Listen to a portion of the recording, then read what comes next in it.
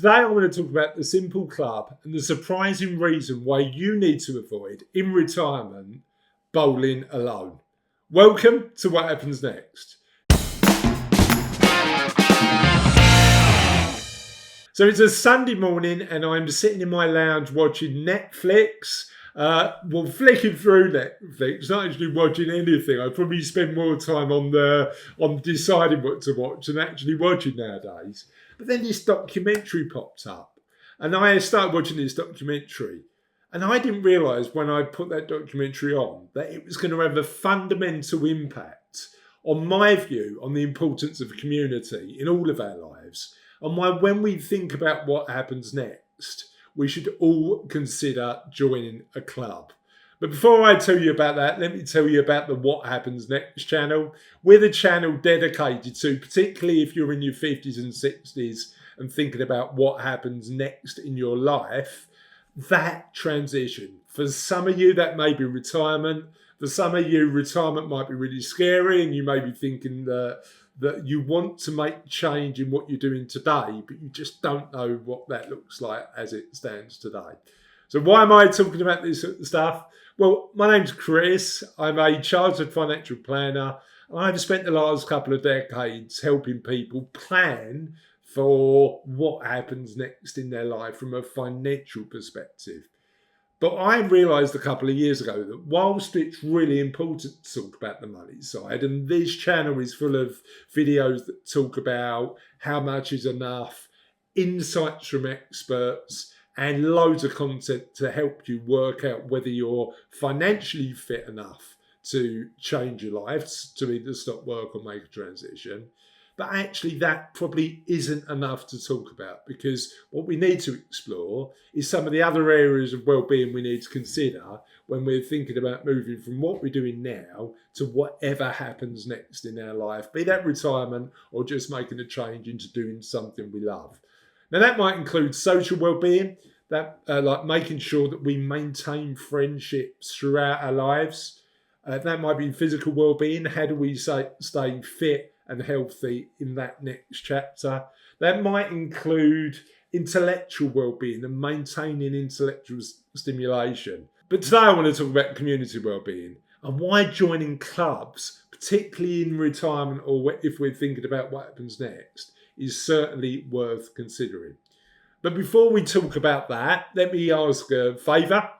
I'd love it if you liked this video and subscribe to the channel.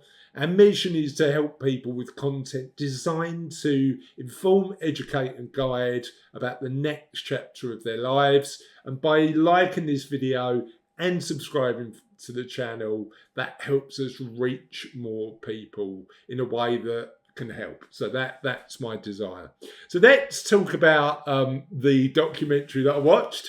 It's called Join or Die, which sounds a bit extreme, but it's based on this book. It's based on a book called Bowling Alone, The Collapse and Revival of the American Community by renowned American academic Robert D. Putnam. And interestingly, Putnam's work didn't start in America. He started his research in Italy in the early 90s. And what Putnam was looking for is the attributes that make a successful region. And the reason he started researching in Italy is at the time, in the early 90s, there were 20 distinct regions that he could compare, test and measure. And what he wanted to do is understand what a great region looked like in terms of happier people, more trust in the organisations that govern them, and looked at a range of different areas. And what he found was really interesting. The more clubs that were in a particular region, the more the region worked well, but also there were individual benefits as well.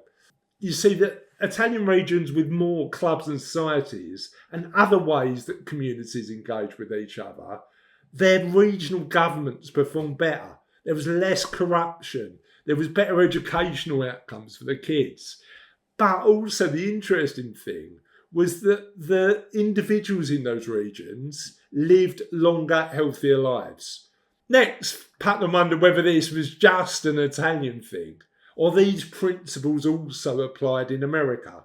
And in the documentary, Putnam, who's now in his 80s, comes across as a really fascinating individual. Smart but still endearingly curious. Realistic but hopeful. But a man who could still pull off a chin-strap beard without the moustache. Not something that I think I'd be able to do. And in the film, Putnam talks about his research in America. And in actual fact, the trend of declining social capital in the past few decades. And that's where the title of his book came from, Bowling Alone. Because whilst bowling teams were really big in the 50s and 60s, there's been a decline in bowling teams and more people bowling alone in the 70s, 80s and 90s with that trend going down.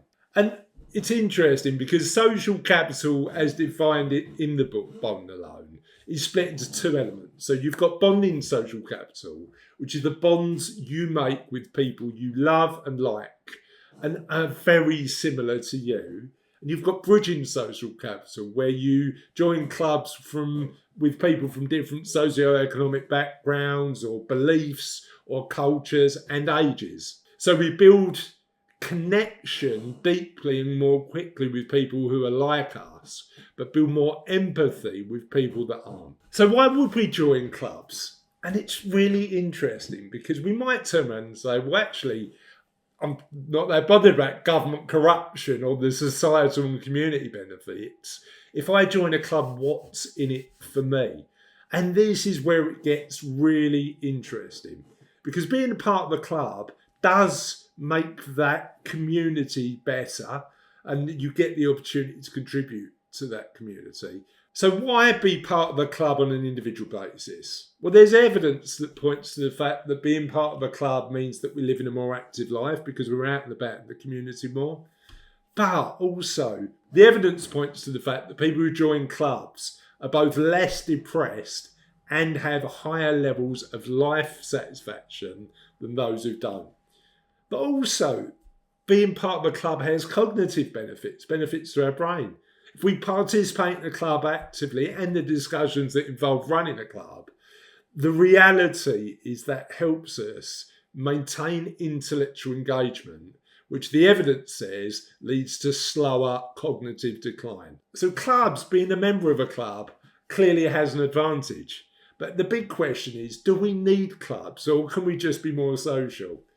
And it's clear that social well-being and community well-being are linked, but actually it's a lot more than that. Clubs allow us to enhance one element of our lives, which is fundamentally important to us when we're thinking about either retirement or what happens next. And that's about community. Because my experience of working with my clients is, if you're in your 50s and 60s, the two places that you get community the most are primarily work and family. And my experience is that for a lot of my clients, both those elements in their 50s and 60s are changing. The kids are growing up and they might have kids of their own. So they've got their own lives and their own family. So even though you're always going to be mum and dad, that family dynamic is changing. But also, if work's changing and you found a lot of community in work, finding purpose and value within a community outside of work is something that's important to do. So for me, I think community and thinking about the clubs you join at this stage of our life is going to be really important. So I'm curious, what clubs and communities are you part of? I'd love to know in the comments. Tell me how they enhance your life and tell me about what you're thinking about in this next chapter, this what happens next chapter of your life, about how community is important.